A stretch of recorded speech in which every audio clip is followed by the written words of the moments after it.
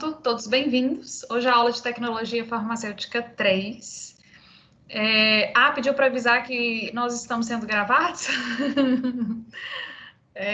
Vamos gravar para poder passar para as pessoas que não puderem assistir a aula hoje, tá? Aí a gente vai fazer da mesma forma, descobrir como é que faz hoje.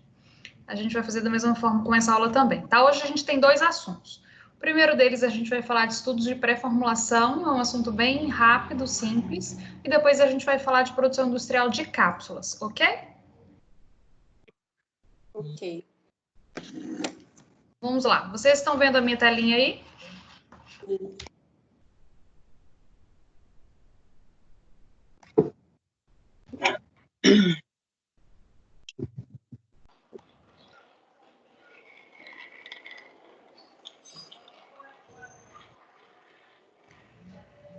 Não dá para a gente utilizar o medicamento puro, né? O fármaco puro a gente não toma paracetamol em colherada. A gente precisa pensar na forma farmacêutica. E essa parte da tecnologia farmacêutica que estuda a formulação, que entende qual é a necessidade daquele ativo, qual é a melhor forma para ele ser administrado, qual é a melhor via de administração e como que a gente vai conseguir fazer esse ativo chegar no local de ação, que a gente vai tratar hoje, né? Então, por que eu preciso colocar o fármaco numa forma farmacêutica? Primeiro, eu preciso proteger de influência externa, por exemplo. Tem alguns fármacos que são hidrolisáveis, tem alguns fármacos que são fotossensíveis, que são sensíveis à temperatura, que são sensíveis à acidez estomacal. Então, a gente precisa entender essas características do fármaco para poder entender qual é o tipo de forma farmacêutica e como que eu tenho que trabalhar isso, certo? Por exemplo, se for um fármaco que é fotossensível, eu vou precisar de revestir esse fármaco, ele não vai poder ficar exposto à luz. Ou vou precisar de uma embalagem especial ou algum tipo de revestimento para ele. Se ele for sensível ao pH estomacal, eu também vou precisar de um revestimento diferente, que é um revestimento gastroresistente, né, ou entérico.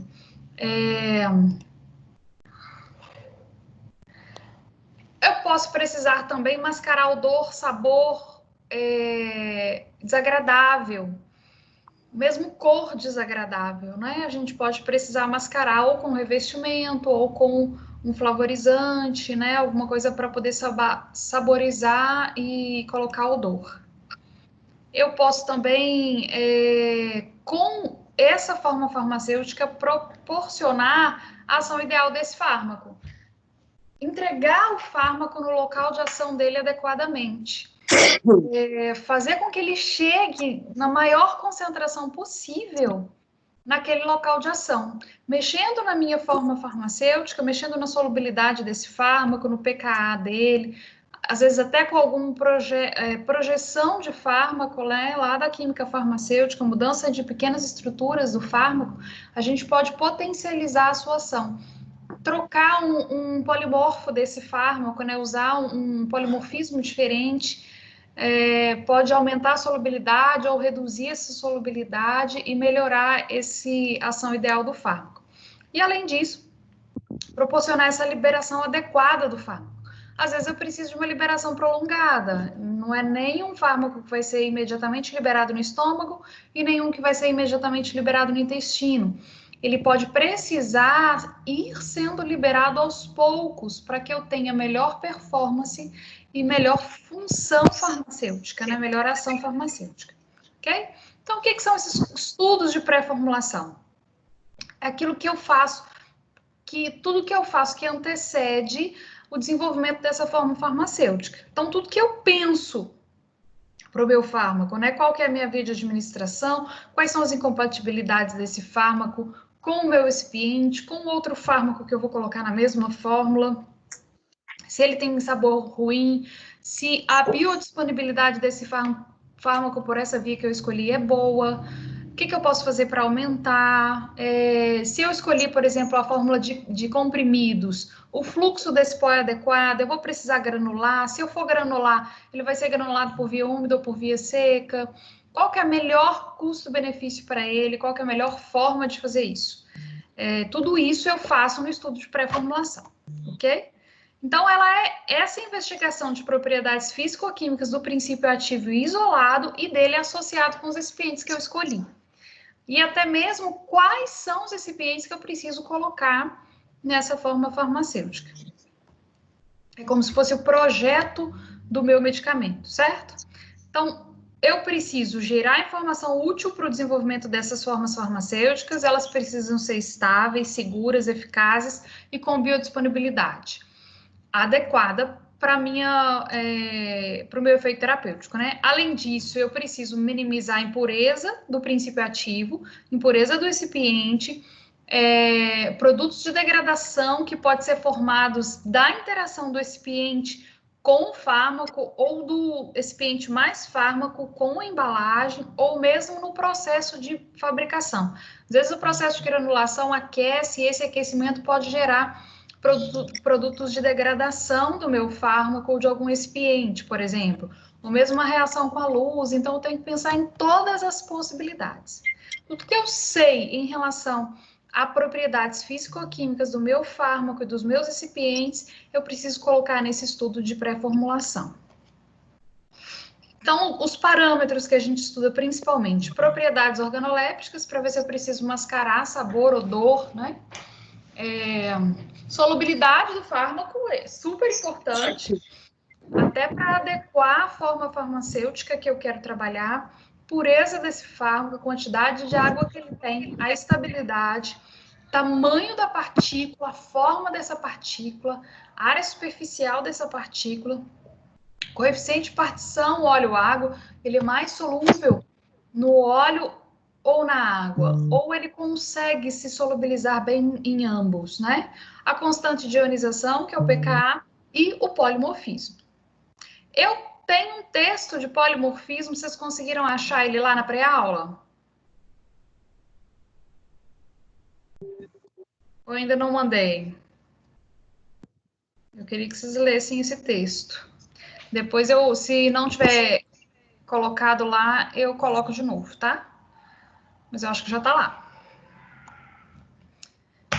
Então, vamos começar com a solubilidade, né?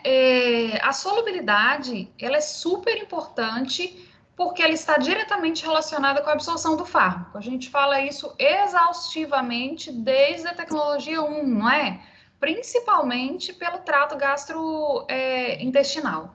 Tudo que eu coloco via oral, ele primeiro precisa se dissolver no meu suco gastroentérico para depois ser absorvido. Então, aqueles fármacos que têm alta solubilidade, a tendência deles terem boa absorção é maior. A solubilidade mínima do meu fármaco precisa ser 1%, 10 miligramas por ml. Se for menor que 10 miligramas por ml, eu preciso utilizar de alguns artifícios para conseguir melhorar essa solubilidade e fazer o meu fármaco ser biodisponível por essa via oral, né? Então, eu posso utilizar a modificação molecular do fármaco para que ele se torne mais solúvel, fazer um pré-fármaco, por exemplo, ou então utilizar um sal. No lugar de utilizar o fármaco na forma natural, eu posso reagir ele e formar um sal desse fármaco, porque os sais são mais solúveis. E aí eu aumento a minha solubilidade, né? Agora, se a minha solubilidade for menor ainda que 1 miligrama por ml, além disso aqui, eu vou ter que colocar um solubilizante e ajustar o pH em forma farmacêutica líquida, para que o fármaco esteja em maior parte ionizado. Se ele tiver em maior parte ionizado nesse pH, eu vou conseguir que a solubilidade dele aumente, tá? Então, a gente vai falar muito disso na aula de hoje, ionização e solubilidade. O fármaco que está ionizado, que está na forma de sal, ele é mais solúvel, então ele vai ter melhor solubilidade. Ok? Então, se eu não posso formar um sal do meu fármaco, se eu não consigo aumentar a solubilidade dele, e ele tá nessa... Tá agarrado aqui. E ele tá... Anterior. E ele tá aqui, ó, entre 1 e 10 miligramas, ou então menor ainda que 1 miligrama, eu posso usar de outros artifícios, por exemplo, colocar esse fármaco em cápsula gelatinosa mole, porque na cápsula gelatinosa mole, a gente vai ver ainda na aula de hoje, o veículo normalmente ele é mais oleoso. Pode ser óleos vegetais, triacetato de glicerila ou PEG 400, que apesar do PEG 400 não ser um veículo oleoso, ele é um veículo que consegue se solubilizar bem em alguns óleos e facilita o processo de dissolução desse fármaco. Eu posso também colocar esse fármaco em semissólidos, diluindo em óleo, em triglicerídeos, em PEG ou glicerina, ou então ajustar o pH na forma líquida para que ele se solubilize de maneira mais adequada, ok? Dissolução, aqui é o outro parâmetro que a gente avalia no processo de estudo de pré-formulação. Então, a velocidade de dissolução do meu fármaco é um fator limitante do meu processo de absorção. Isso é fato, a gente já falou milhões de vezes, né? Essa velocidade de dissolução vai alterar o início da atividade, a intensidade dessa atividade do fármaco e a duração da resposta dele. Velocidade de dissolução do fármaco, ele pode ser aumentada ou reduzida pelos componentes da formulação. Eu tanto posso melhorar essa solubilidade do meu fármaco no meu suco gástrico, ou então eu posso reduzir essa solubilidade, se for conveniente, para a minha ação terapêutica. Por exemplo, eu tenho um fármaco que é muito potente, mas ele é muito solúvel. Então, ele cai todo na corrente sanguínea muito rapidamente. Isso pode gerar algum quadro de toxicidade, por exemplo. Então, se eu atrasar essa dissolução desse fármaco, eu reduzo essa toxicidade, e aumento também a duração da resposta desse fármaco, porque ele vai ser absorvido um pouco mais lentamente do que se ele fosse solubilizado todo de uma vez. O que afeta a dissolução do meu fármaco? Tamanho da partícula, a gente já falou, quanto menor for o tamanho dessa partícula, maior a superfície de contato dela com a água e mais fácil é a solubilização. Forma cristalina ou amorfa, aqui entra no polimorfismo. Depois, se ficar difícil para vocês entenderem o texto de polimorfismo, a gente pode separar um tempo de aula só para explicar isso, tá? O que é o polimorfismo? Dependendo da forma com que são sintetizados, da via de síntese do meu fármaco, eu posso formar cristais diferentes. A organização molecular pode ser diferente. Então, tem vários polimorfos de fármacos. E a forma cristalina, que é a forma mais organizada, é a forma menos solúvel, porque ela está mais estável ali, então vai ser mais difícil de conseguir solubilizar.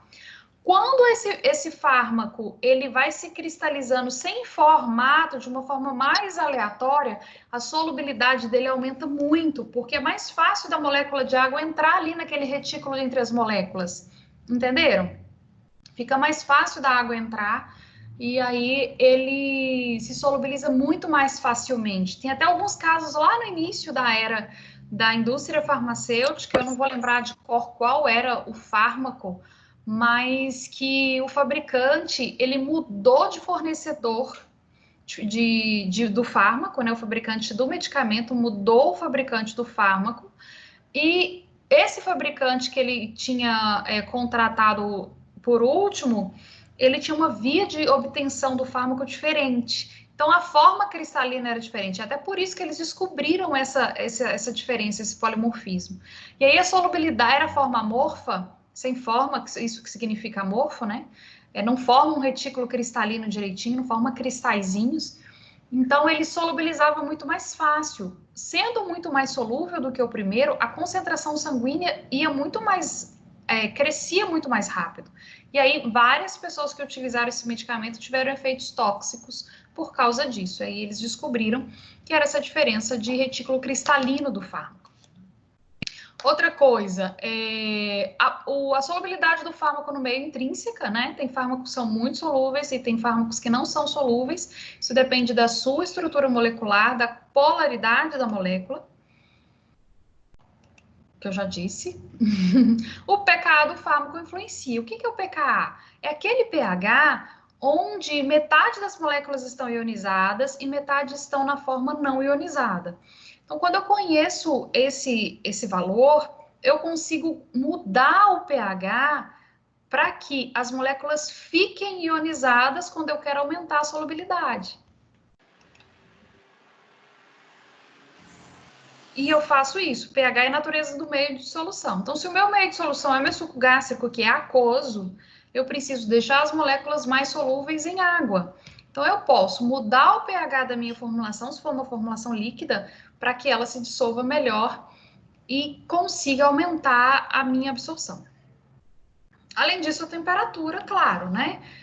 Se eu quero trabalhar com produto na forma farmacêutica líquida, numa solução, eu posso usar a temperatura para aumentar essa solubilização. É claro que isso tem um limite, né? Eu posso esquentar para aumentar a solubilização, mas tem um ponto de saturação. Se eu excedo esse ponto, na hora que ele for resfriando novamente, ele vai cristalizar de novo e não vai adiantar muita coisa.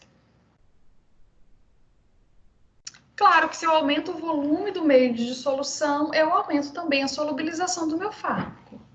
Eu vou ter mais água para dissolver, né? Ok? Então, o polimorfismo é isso. Então, eu tenho o mesmo fármaco que na hora do processo de síntese dele, a mesma molécula, ela forma retículos cristalinos diferentes. O arranjo das moléculas, ela fica diferente. Em alguns casos fica bem cristalino, elas conseguem se agrupar de uma maneira mais coesa e formam cristais, e de outra eles agrupam de maneira mais solta, fica mais fofinho. E aí não tem um formato bem definido observando no microscópio, né? E aí você tem propriedades físico-químicas muito diferentes e muda até ponto de fusão e solubilidade. Pode haver mudança disso. Então, é muito importante quando a gente vai fazer um estudo de formulação de uma forma farmacêutica, de um medicamento, que a gente conheça qual é o meu polimorfo que eu estou trabalhando daquele fármaco, se existem outros no mercado, e como que essa variação ela pode interferir no processo de dissolução desse fármaco e de biodisponibilidade dele, tá? Então, além de influenciar a absorção e biodisponibilidade, há uma influência também na estabilidade. Então, fármacos que têm retículo cristalino, que formam cristais, eles são mais estáveis. Os cristais são menos energéticos, então eles são mais estáveis. Os que têm conformação amorfa, eles são menos estáveis, podem sofrer hidrólise, podem sofrer oxidação, porque eles são mais energéticos, tá? Isso influencia na eficácia do fármaco, porque diretamente está relacionado com a dissolução dele no suco gástrico e na taxa de absorção, e pode também contribuir para a toxicidade, como a gente também já falou, né? Se é um fármaco de baixo índice terapêutico, que a dose tóxica é muito próxima da dose terapêutica, se eu aumento muito a solubilidade dele por causa de um polimorfo que eu usei diferente, ele pode chegar na dose tóxica. Então, eu tenho que escolher muito bem qual deles eu quero trabalhar na minha forma farmacêutica. Ok? O coeficiente de partição óleo e água é medida do caráter lipofílico da molécula. A molécula tem preferência por água ou por óleo? Ela é mais solúvel em água ou mais solúvel em óleo? As moléculas farmacêuticas têm alguns casos que são moléculas um pouco maiores, então elas podem ter tanto partes das moléculas que seja apolar, quanto parte que seja polar. Esse balanço de dissolução em água e óleo que a gente chama de coeficiente de partição. Influencia muito na absorção dos fármacos, né? Na capacidade desse fármaco atravessar as membranas. O fármaco ideal para absorção é aquele que tem o coeficiente de partição balanceado. O que significa isso? Ele se dissolve bem em água e se dissolve bem em óleo. Aí você tem uma absorção maior desse tipo de fármaco, ok? A constante de ionização, que a gente chama de pKa, ela expressa qual é o percentual naquele pH de fármaco que está ionizado e o que não está ionizado, né? Esse grau de ionização de fármaco vai influenciar na solubilização.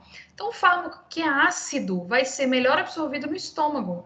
E fármaco básico, não, isso aqui está ao contrário, tá? Vou trocar aqui. Tá errado. fármaco ácido é melhor absorvido?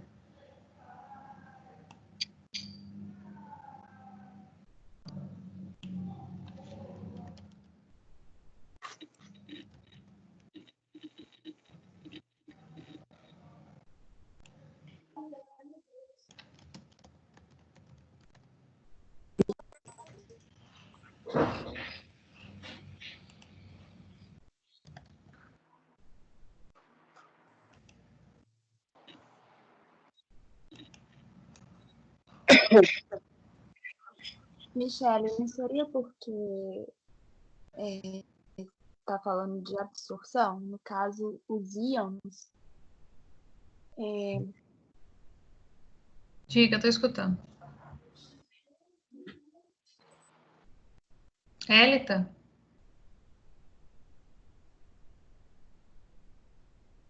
Você desligou o seu microfone. Liga de novo.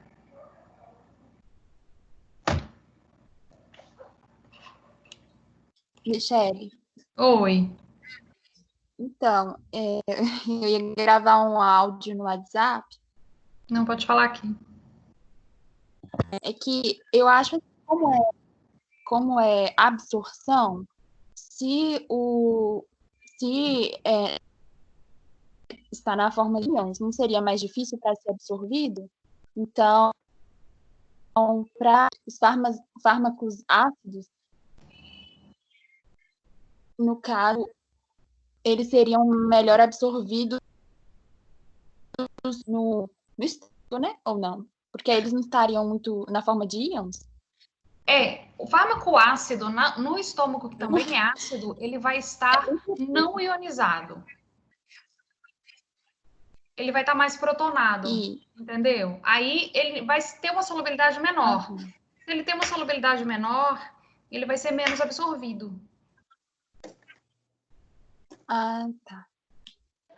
Entendi. É porque, igual eu imaginava que, como ele estaria menos solubilizado, também não estaria muito ionizado. Ele não estaria na forma de íons.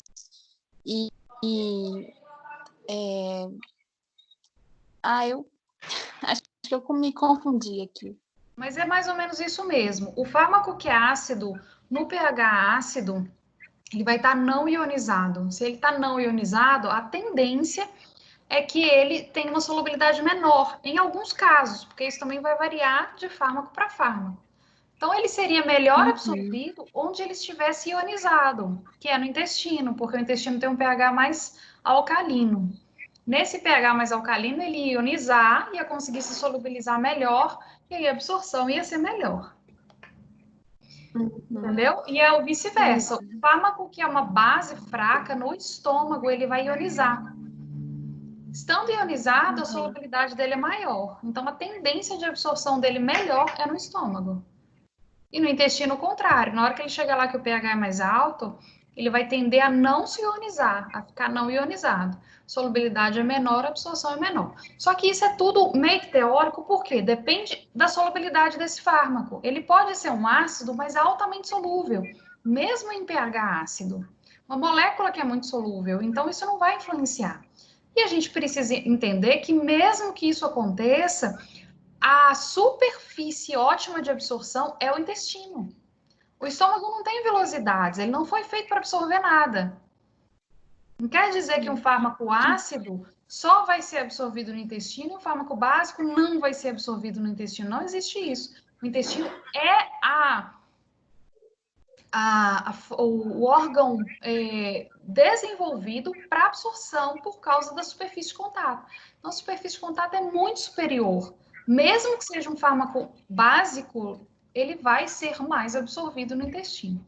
Aqui é só para a gente fazer uma analogia aos pHs, né, e o que é solubilizado ou não. Sim. Ok? Ok.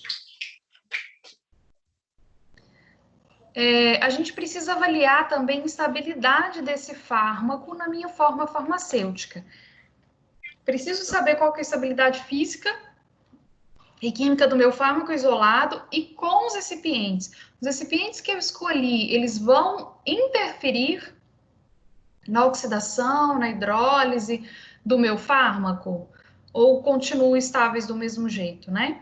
Conhecendo a estrutura química desse fármaco, eu posso também prever qual é o tipo de reação química que ele pode sofrer, né? Se for um éster ou uma amida substituída, pode acontecer hidrólise, vai ter água na minha fórmula farmacêutica. Como que eu posso proteger esse fármaco da presença de moléculas de água, se forem esse tipo, né, de fármacos, né? Qual que é o processo químico que vai que que é mais susceptível de degradação ao meu fármaco. E aí eu posso usar esses processos para testar a estabilidade desse fármaco. Então, eu posso usar hidrólise, oxidação ou fotólise para testar essa estabilidade do fármaco sozinho e dele na minha fórmula farmacêutica.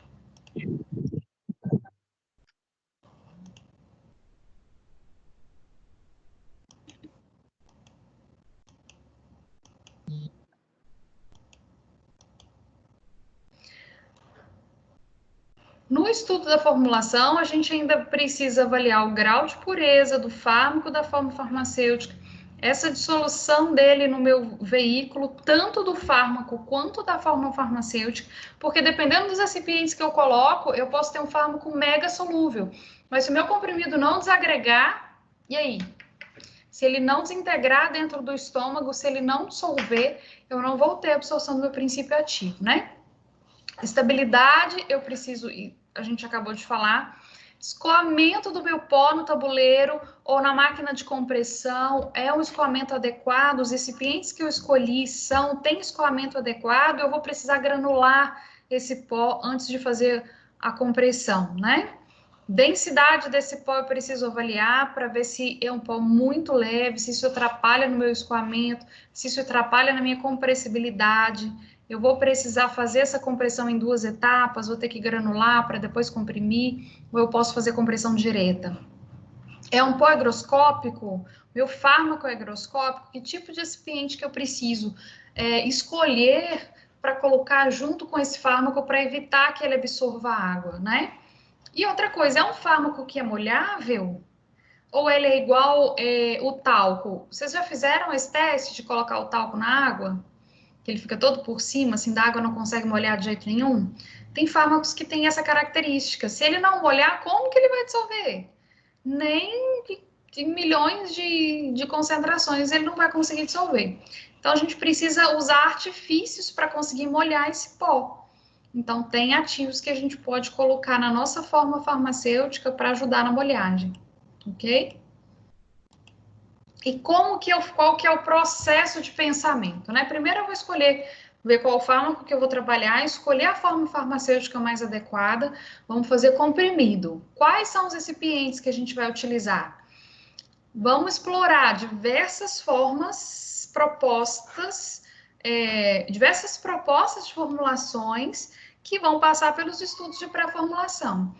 Eu quero utilizar esse aglutinante, esse recipiente, né? Eu vou utilizar esse molhante, vamos tentar pela via direta. A via direta não ficou legal, então vamos tentar pela granulação via úmida. Então, faz-se um monte de testes para que a gente escolha a melhor formulação, que envolve o melhor custo e o melhor resultado. Depois disso, a gente faz um estudo piloto. Depois desse estudo piloto, escalona para a escala industrial, faz os ajustes necessários na escala industrial, por mais que a gente reproduza o que foi feito em pequena escala na indústria, pode haver necessidade. Quando a gente faz para tonelada, para quantidade maior, um lote grande, a gente precisa fazer alguns ajustes, né? Depois disso, a gente faz o registro da Anvisa com uma fórmula definida.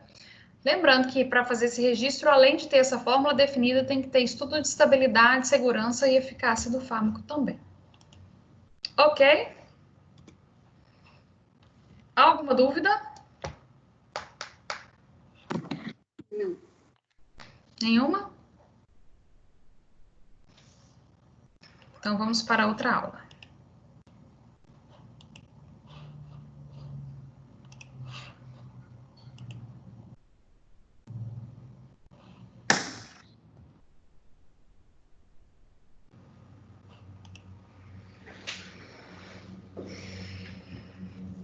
Como vocês já viram o processo de produção de comprimidos com o Marcos em Tecnologia 2, a gente vai falar um pouquinho de como que é feita a produção industrial de cápsula dura e mole. E aí eu trouxe nessa aula alguns vídeos também para a gente ver. Pois eu vou disponibilizar esses vídeos lá no AVA, tá? Para se vocês quiserem rever, bem interessante. A gente precisa vê-los para conseguir entender como que é o processo dessa produção, tá bom? Então, essas cápsulas a gente tem dois tipos, cápsulas duras e cápsulas moles, né? Cápsulas duras são esses invólucros aqui de gelatina dura, onde eu coloco um conteúdo sólido aí dentro, né? E essa de gelatina dura, mole, desculpa, elas são macias, o invólucro também é gelatinoso, mas a gente tem aqui dentro um líquido, que pode ser oleoso, ou PEG, ou um semissólido. Essa daqui a gente consegue, ela é produzida de maneira industrial, mas a gente consegue enchê-la e utilizá-la dentro da farmácia de manipulação. Essa daqui, a gelatina mole, não dá. O processo de produção dela é industrial, não dá para a gente fabricar isso dentro da farmácia de manipulação, não tem equipamento. Vocês vão ver que o processo é bem complicadinho, né? Então, a cápsula é uma forma farmacêutica sólida. Eu posso colocar um ou mais princípios ativos ali misturados com os excipientes. Eu coloco esses excipientes com princípios ativos no invólucro, que é preparado à base de gelatina, pode ter açúcar e água também. Esse açúcar, normalmente é o glicerol, tá? Não é a sacarose, não. Pode ser dura ou mole e a maioria das vezes é deglutida, mas a gente tem cápsulas de aplicação vaginal também, né? O outro que é muito utilizado é esse tipo de cápsula, né? Agora, olha que legal isso aqui. Na indústria, 75% da fabricação de medicamento é comprimido. 23% cápsulas de gelatina dura e só 2% cápsulas de gelatina mole. Agora, se você fizer uma pesquisa com o consumidor, olha a preferência do consumidor. 44% preferem cápsulas moles, porque é muito mais fácil de deglutir, né? 39% cápsula de gelatina dura e 19% apenas de comprimidos. Então, a indústria acaba observando mais o que é conveniente para ela e para a forma farmacêutica do que o consumidor realmente gosta de deglutir, né? Cápsulas duras têm forma, não é bem esférica, né? Cilíndrica. Pode ser corada ou não. Tem medicamentos sólidos lá dentro. E a cápsula tem teor de umidade de 13 a 16%. Por isso, a gente precisa de cuidado na armazenagem. Se eu armazeno essas cápsulas, mesmo vazias, em um ambiente que tem alta umidade, elas vão melar e vai crescer bactéria. Porque a gelatina, ela é meio de cultura, né? Para bactéria e fungo. Então, eu preciso tomar cuidado com o meu laboratório onde está armazenado essas cápsulas, tá? Fácil de deglutir, é excelente para mascarar sabor e odor. Comprimido, às vezes, não mascara, porque você ainda sente o pó, a não ser que seja comprimido revestido, né? Tem desintegração rápida e liberação do conteúdo imediata. Ajuda na proteção da luz, principalmente com as cápsulas que são opacas. E dá para fazer formas farmacêuticas de liberação prolongada ou gastroresistente. Como que a gente faz isso dentro da cápsula?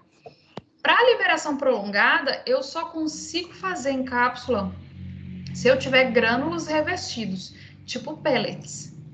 Agora, gastroresistente, eu consigo revestir a cápsula com um filme que só se dissolve em pH alcalino. E aí ela não vai abrir no estômago, ela vai abrir só no intestino. Aqui a cápsula dura é produzida por gelatina, mas a gente já tem hoje cápsulas vegetais de tapioca, que é um amido modificado, e de HPMC, que é uma celulose. Então, eu não tenho só mais cápsulas de gelatina no mercado. Eu até esqueci de colocar esse slide, mas a gente trabalha também com cápsulas de HPMC e cápsulas de tapioca, que a gente chama de cápsulas vegetais. Elas têm duas vantagens em relação às cápsulas de gelatina. Primeiro que são cápsulas vegetais e atendem a qualquer tipo de público, inclusive o público vegano. E segundo, que elas têm um teor de umidade muito mais baixo e deixam passar menos água também, então protegem mais fármacos que são higroscópicos. A cápsula de HPMC, que é a cápsula de celulose, ela demora mais tempo para desintegrar. E a cápsula de tapioca desintegra num tempo mais rápido. Então, tem até algumas formas de utilização dessa cápsula de tapioca para sublingual, para desintegração oral. A gente usa assim também, tá? Então, a gelatina é obtida através de hidrólise de colágeno. Então, esse colágeno presente no tecido conjuntivo nos ossos, pele e ossos de animais são utilizados para fazer essa obtenção. A gente usa hidrólise ácida ou básica, obtendo então gelatina. O processo de hidrólise ácida demora de 7 a 10 dias. A matéria-prima a gente usa porco, gelatina tipo A. E o processo de hidrólise alcalina, a gente usa boi para retirar. O tempo demora mais e a gelatina, a gente chama ela de tipo B. Depois que teve o surto dessa encefalopatia espongiforme de bovinos, que a gente chama, né, da doença da vaca louca, a gente reduziu a quantidade de gelatina que era obtida por processo de hidrólise alcalina, utilizando mais hidrólise ácida, tá?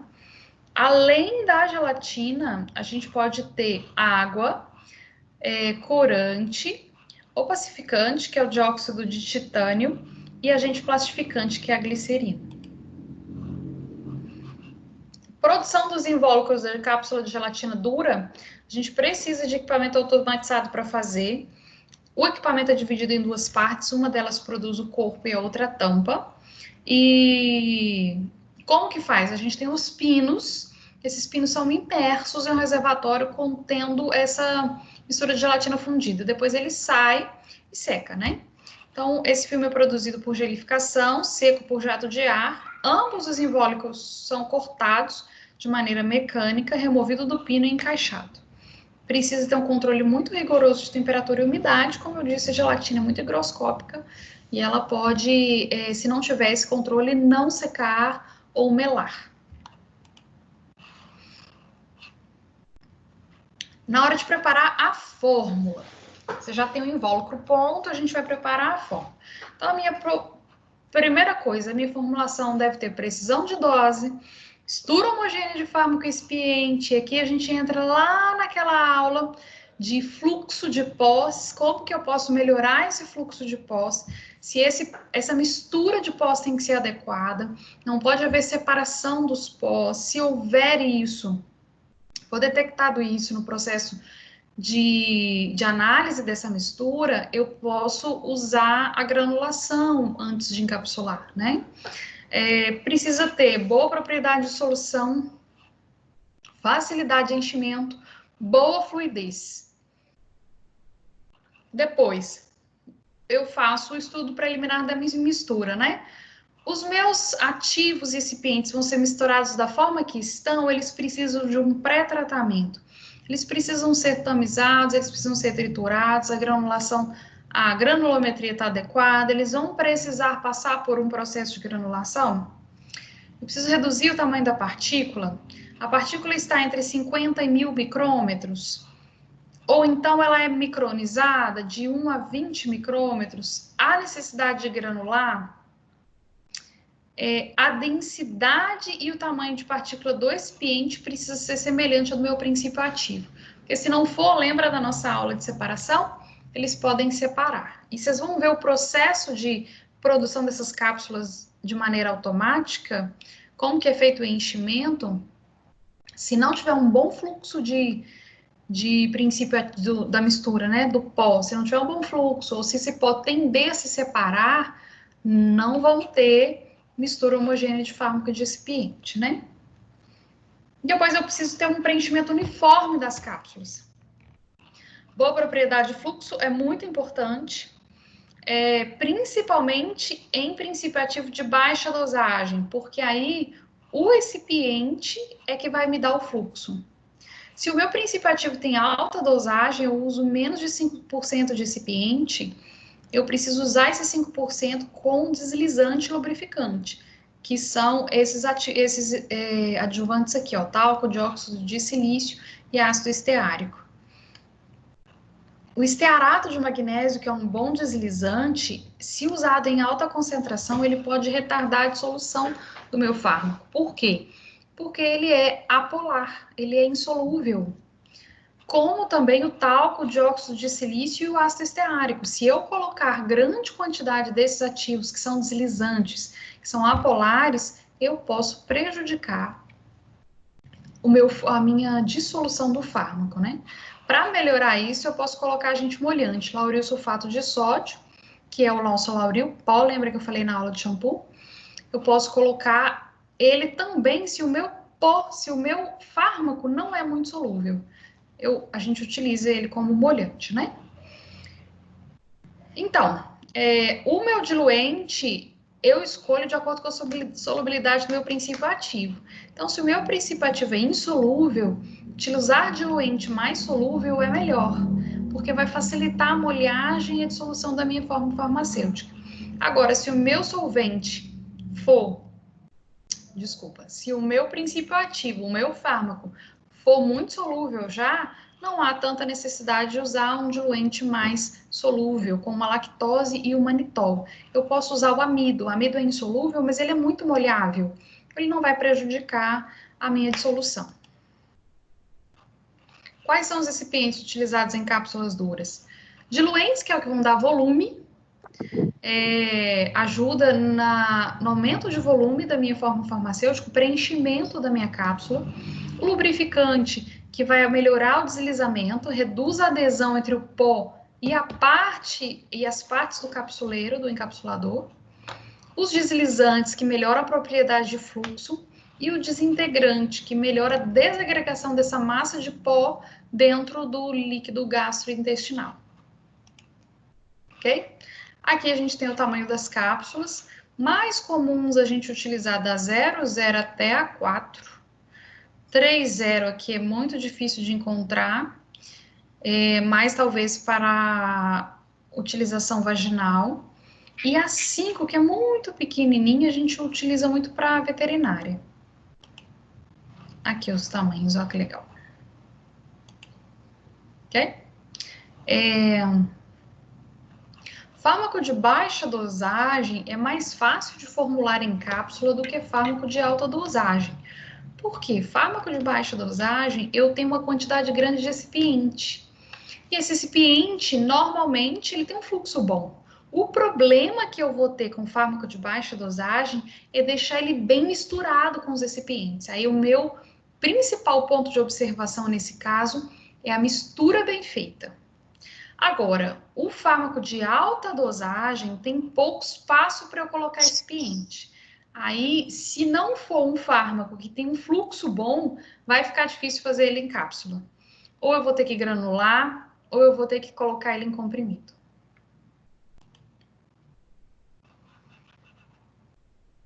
Produção das cápsulas duras, a gente utiliza uma máquina de encapsulação automática. A gente tem o pó já preparado, ou pó ou granulado, já misturado. A encapsulação é feita em larga escala, no maquinário que pode atingir até 1000 cápsulas por minuto de produção. Deixa eu achar aqui.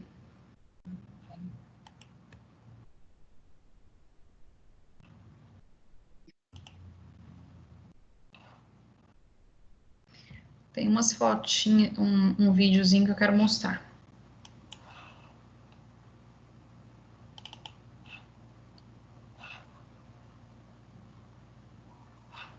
Esse aqui.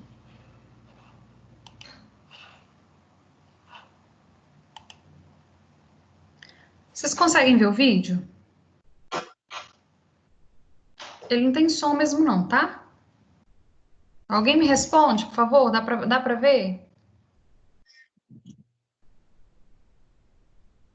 Dá pra ver o vídeo, gente?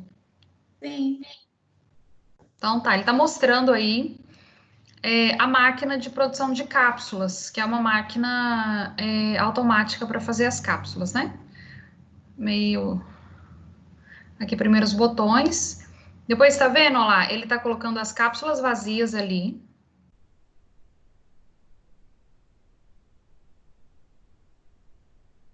E a mistura de pós ali, tá vendo?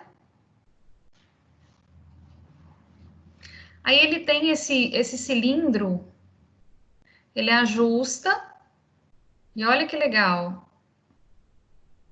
Vai colocando as cápsulas vazias, colocando as cápsulas vazias ali dentro, olha.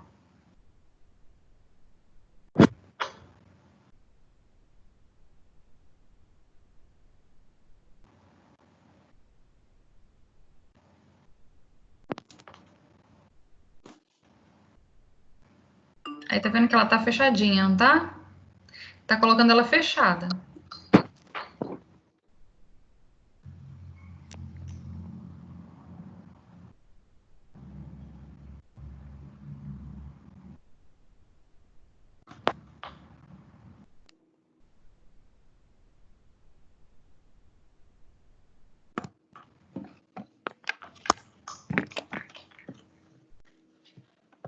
Pronto, tá vendo? Encheu tudo. Ele vai tirar aquele rolinho, colocar do outro lado e tirar a tampa das cápsulas, viu? Aí, ó, isso aqui tem a mistura do pó. Olha lá, ele enche por volume, não há compactação desse pó. Passou, encheu. Se não tiver um bom deslizamento, não vai ter uniformidade daquilo ali. Depois ele vira e ali ele tampa.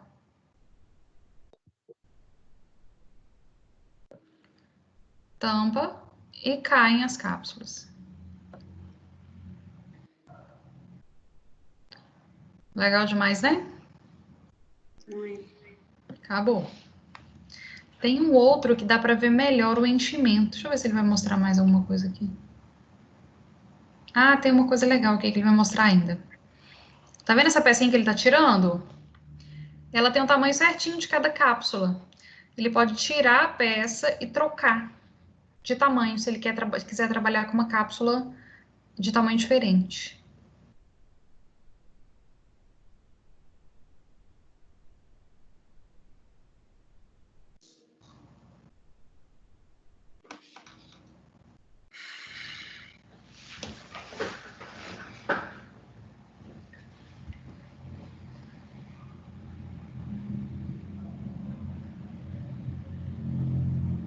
Aí troca as peças todas de dentro.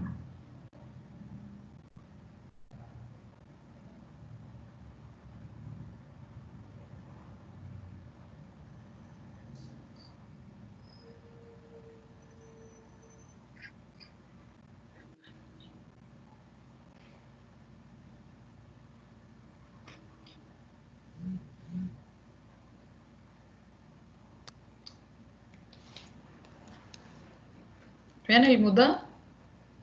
Sim.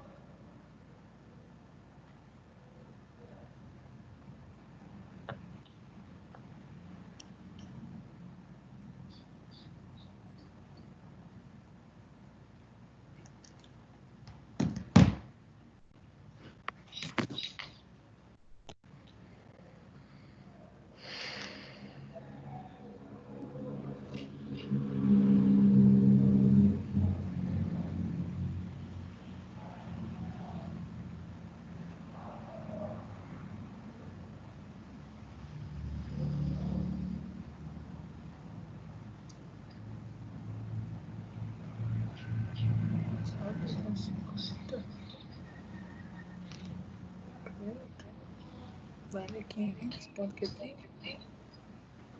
Não corre. Qual é a mala?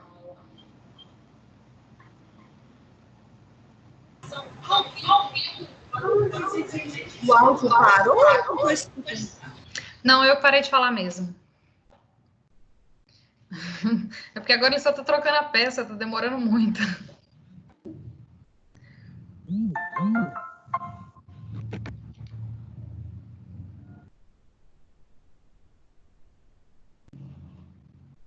Tá bom, já. Vamos ver se tem um outro aqui que dá pra gente ver melhor.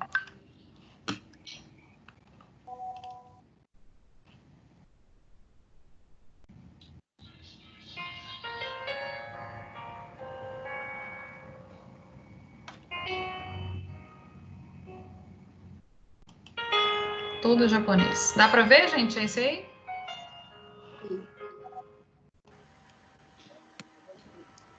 Esse é o equipamento.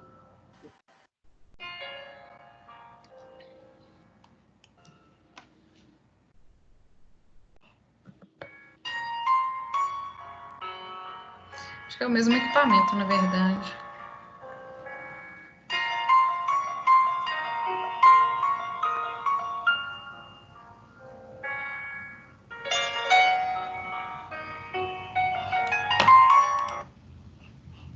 Essa música tá muito deprimente. Deixa eu pegar uma outra aqui.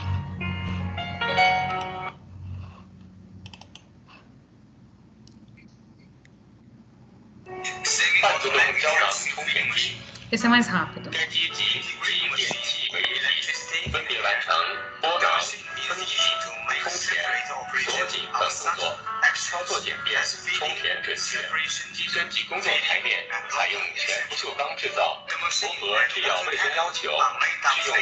O enchimento das cápsulas.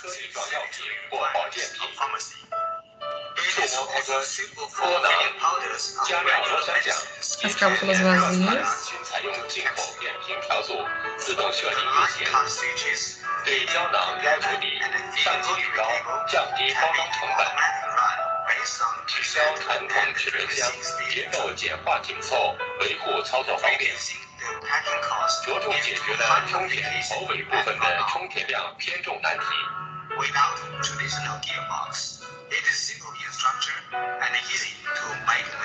Ele vai tirar a tampa.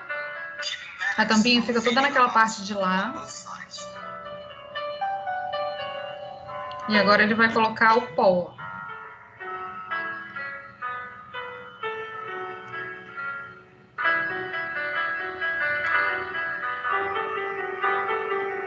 Aqui dá para ver melhor o enchimento do pó.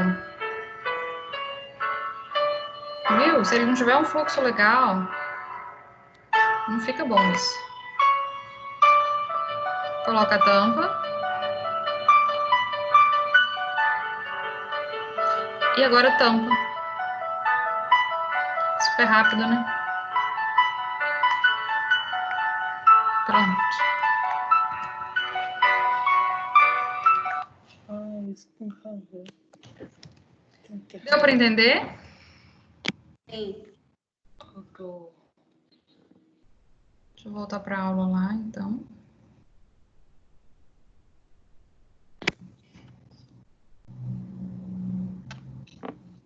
Michele, Diga. essa máquina faz quantas cápsulas por hora? 1000? Depende do número de furos, né? Tem algumas que faz até 1000 cápsulas por minuto. Aquelas que a gente viu no vídeo, elas não são completamente automáticas, elas são semi-automáticas. Então, depende do número de furinhos que tem ali. Pode ter em torno de... provavelmente deve ter uns 1000 furos ali. Enchendo ali vai dar mais ou menos isso mesmo, né? Porque é muito rápido o enchimento. Não deve demorar nem 1 minuto para fazer, não.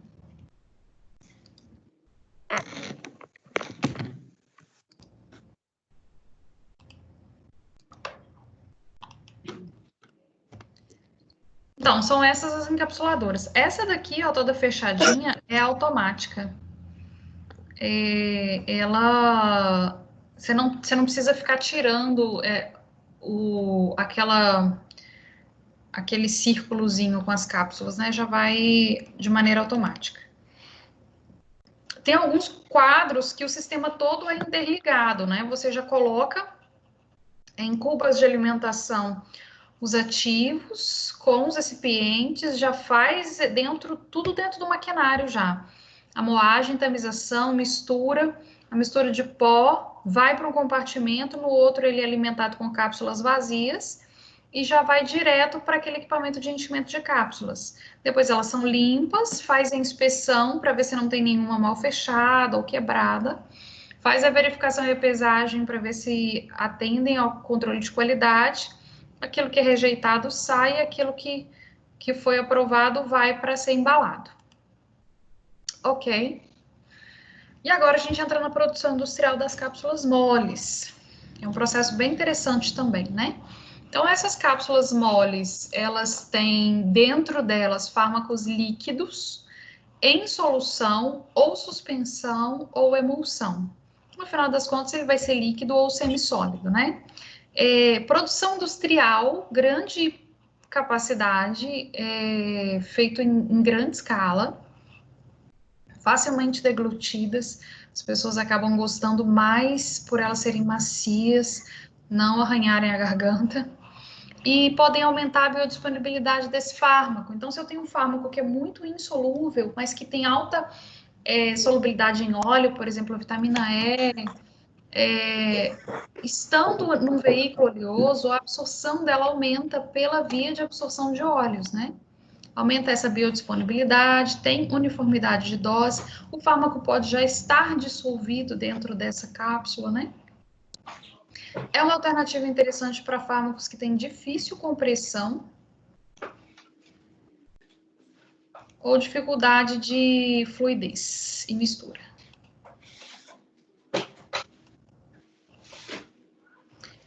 O invólucro é flexível, gelatinoso e pode ser adicionado de plastificante, né? Glicerol e propileno glicol. 10 a 30% de glicerina, sorbitol ou propileno. Opa!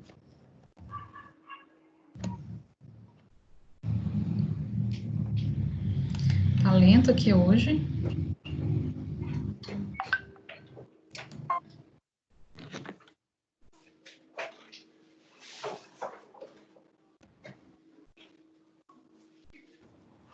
Travou para mim aqui, travou para vocês?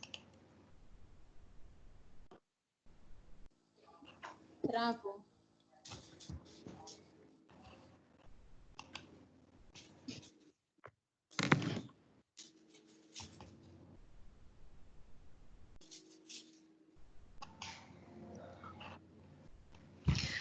Esperar a boa vontade do slide agora.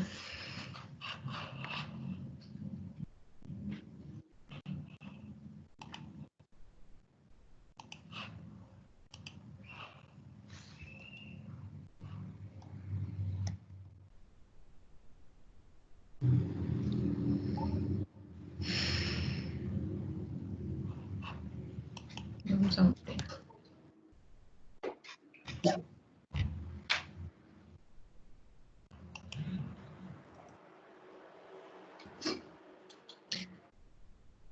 Pronto. Além disso, a gente pode colocar, tem 40% de 40 a 50% de gelatina, 30 a 40% de água. A gente ainda pode pôr conservante, agente quelante e pacificante. Ela pode ser oblonga, oval ou bem esférica. Pode ter líquido, suspensão, emulsão e materiais pastosos.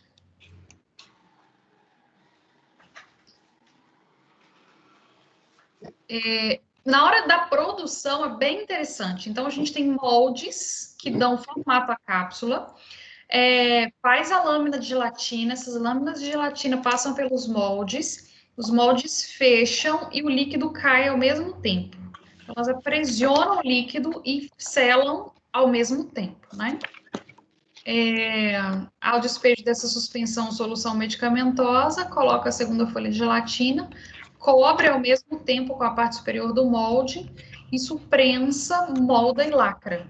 Depois a gente retira essas cápsulas, tem uma lavagem com solvente adequado ou secagem. Depois a gente vai ver o videozinho de produção delas também, tá bom? Por que eu escolho uma cápsula de gelatina mole como forma farmacêutica? Eu posso melhorar a absorção de fármaco. Então, tem esse estudo aqui, ó, de 91, que mostra que cápsula mole de gelatina com 400 miligramas de ibuprofeno tem melhor biodisponibilidade, melhor velocidade de absorção. Como o fármaco já está em solução aqui, ele é liberado já dissolvido no estômago, então favorece essa parte que é a dissolução, né? Esse outro aqui, ó, é uma formulação em cápsula mole do Saquinavir, de 1988, aumenta também a extensão da absorção dele, né? Por quê? Nesse caso, a gente tem um aumento de 3 vezes a biodisponibilidade, porque a gente tem um produto já dissolvido para ser incorporado. A adesão do paciente é bem melhor, então tem um monte de estudo mostrando que o paciente prefere a utilização de cápsula de gelatina pela facilidade de deglutição. Além disso, a gente tem segurança quando a gente tem fármaco muito potente ou citotóxico. Por quê? Quando eu trabalho com pó, o processo de mistura, granulação, enchimento, compressão, pode gerar uma névoa de pó suspenso no ar. Isso é risco para o manipulador e é risco também para o ambiente. Como na cápsula de invólucro mole o componente já está isolado do meio pelo líquido, ele já está dissolvido no líquido, isso não acontece.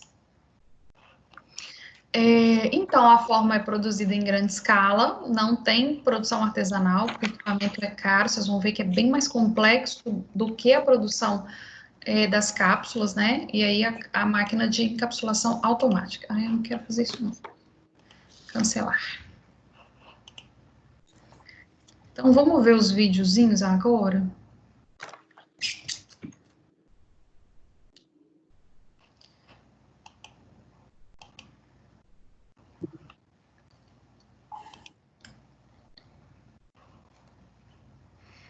Esse vídeo aqui é bem grandão. Mas eu acho que vale a pena a gente ter um pouquinho de paciência e ver. Tá aparecendo a música do vídeo para vocês? Tá, gente? Alguém me responde aí. Vocês estão me escutando? Sim. Tá sim. Tá dando musiquinha? Então, isso é um vídeo de apresentação de uma fábrica de cápsula mole. É o mais completo, e inclusive ele já está até lá no ar. Thank you for visiting our company. I am Jung Sung and will introduce our equipment line and manufacturing process virtually. Now, I will show you equipment by process. Please follow me. Ele está dizendo que vai mostrar como funciona o processo de produção. Então aqui ele está fazendo a gelatina. Tem um reator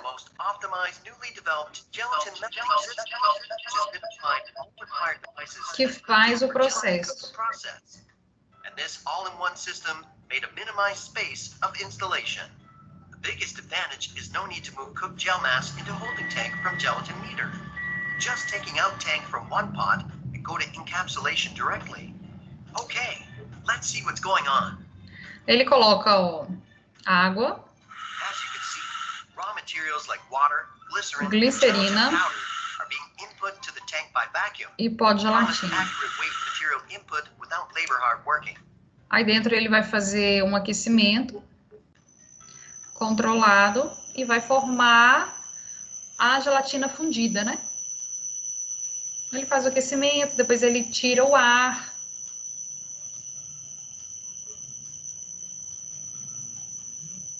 Tá vendo as bolinhas de ar saindo?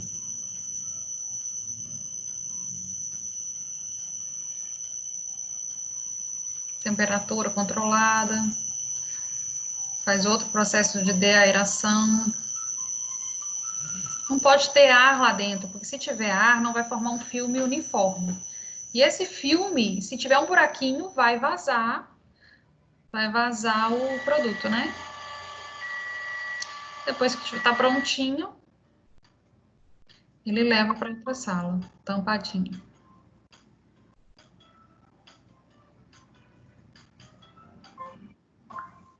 Fica ali aguardando a 60 graus. Sala de preparação do medicamento. Ultra-Fill Mixer. This UFM equipment is also internally equipped with devices for medicine preparation. As the Highlight technology is 1,600 RPM ultra high-speed Homer mixer equipped, and this Homer mixer could crush particles and mixing compound finely and evenly. Now, let's see how it is working virtually.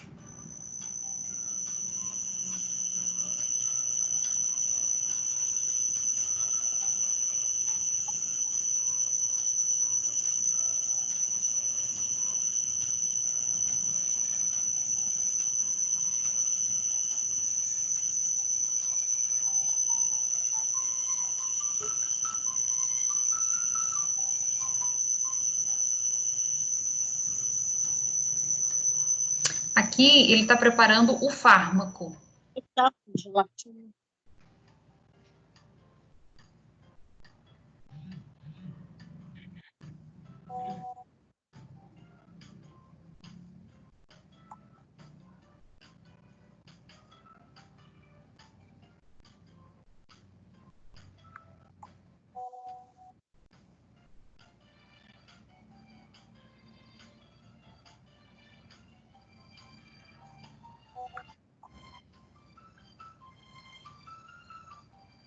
O fármaco foi dissolvido no veículo adequado para colocar na cápsula de gelatina mole. Agora ele vai reservar esse fármaco também. Já tem lá o outro que tinha gelatina e os dois vão para a sala de encapsulação. Now we will show you the actual encapsulation process, including some of our equipment's advantages. Please enjoy it. Essa é a máquina de encapsulamento.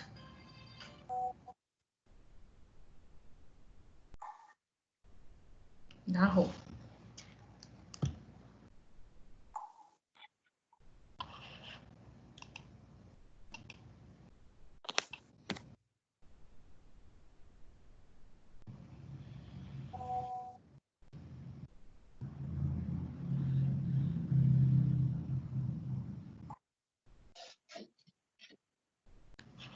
Meu vídeo travou.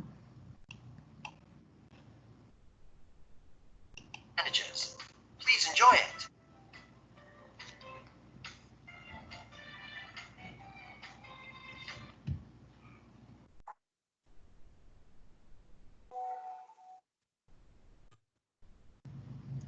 Sacanagem.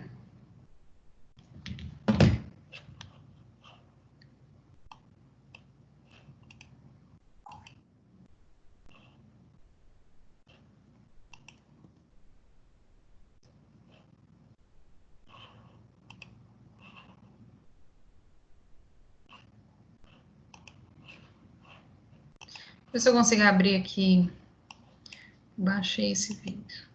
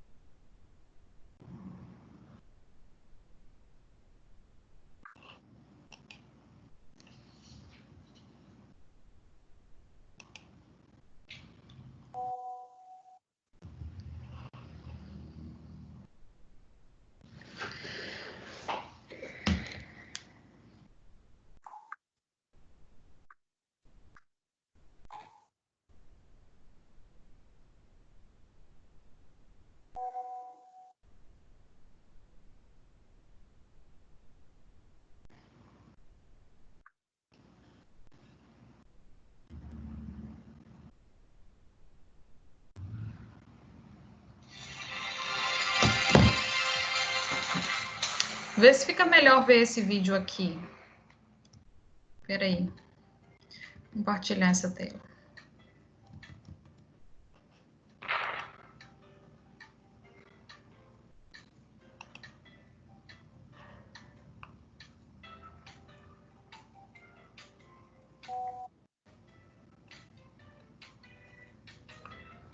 Cadê a tela aqui, gente? Welcome, and thank you for visiting our company. I am Jung Sung, and will introduce our equipment line and manufacturing process virtually. Now, I will show you equipments by process. Please follow me.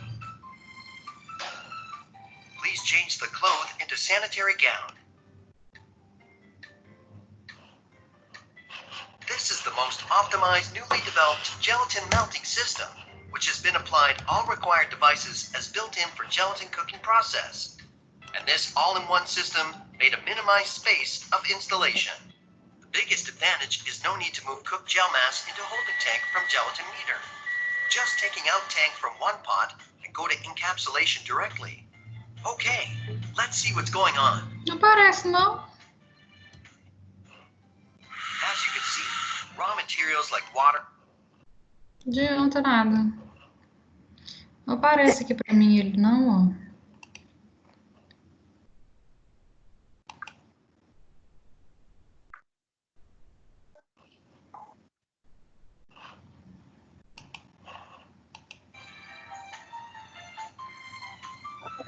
Voltou o vídeo, gente. Pode entrar, amor. Vem aqui. Vamos ver se vai dar agora. Tá vendo? Ele liga os tubos Os tubos são protegidos por silicone, tanto do medicamento já misturado, quanto da gelatina, né? Aqui tem um sistema de ar comprimido, que facilita o processo de transferência do gel de gelatina. Não, tô levando ele embora. Deixa eu ir, gente. Travou de novo. Deixa eu mostrar um que é menorzinho. Vai dar para ver melhor. E aí, esse que é grandão, depois vocês veem em casa, tá?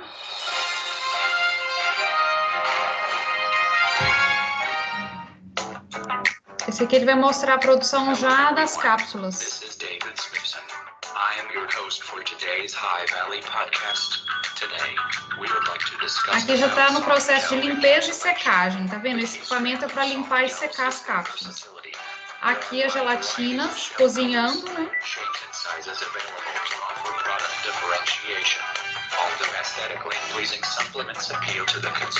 E aqui a encapsulação. Dá uma olhada, a gente tem... Tá vendo ali os orifícios?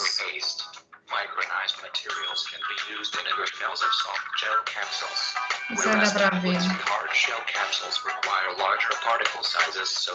Olha o filme aqui de gelatina, ó. Forma o filme de gelatina, esse filme passa ali por dentro.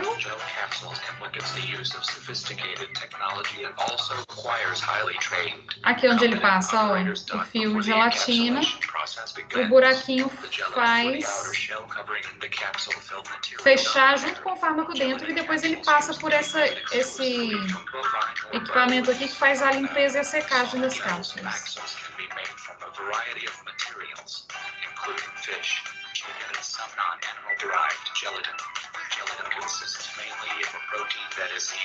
Soft gel.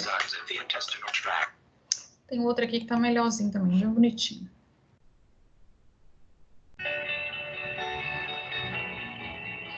Aqui ele mostra o esqueminha, ó. Então, entra o fármaco com as cápsulas de gelatina. Tá vendo aqui o filme de gelatina, forma tipo um ribbon. Ele passa com os orifícios. E aí, ó, a gotinha do fármaco cai e ele fecha e sela ao mesmo tempo, tá vendo? Esse tá bem explicativo.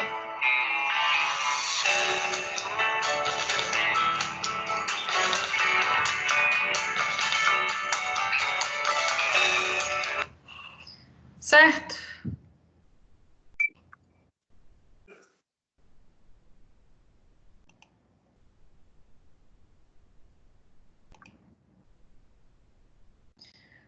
Pronto. Deu para escutar? Deu para ver o vídeo direitinho, mais ou menos, pelo menos? Deu. Depois eu vou colocar nas pré-aulas lá aquele vídeo mais longo. E aquele também das cápsulas duras, para vocês reverem, tá bom? Então, a diferença da cápsula dura para a cápsula mole são essas que estão no slide, né? Na dura, a gente tem um conteúdo independente da cápsula. A gente faz a cápsula primeiro e depois coloca o conteúdo. O conteúdo quase não tem interação com essa cápsula. Já no caso da cápsula mole, é um sistema único, ele é feito de maneira única. Então, a formulação da cápsula depende do produto final, né? Não dá para abrir a cápsula mole. Se você abre, ela é destruída. Então, a gente tem uma segurança maior também, né? Porque não tem como adulterar esse tipo de cápsula. Enfim. Alguma dúvida? Deu para acompanhar direitinho, gente? Deu, mas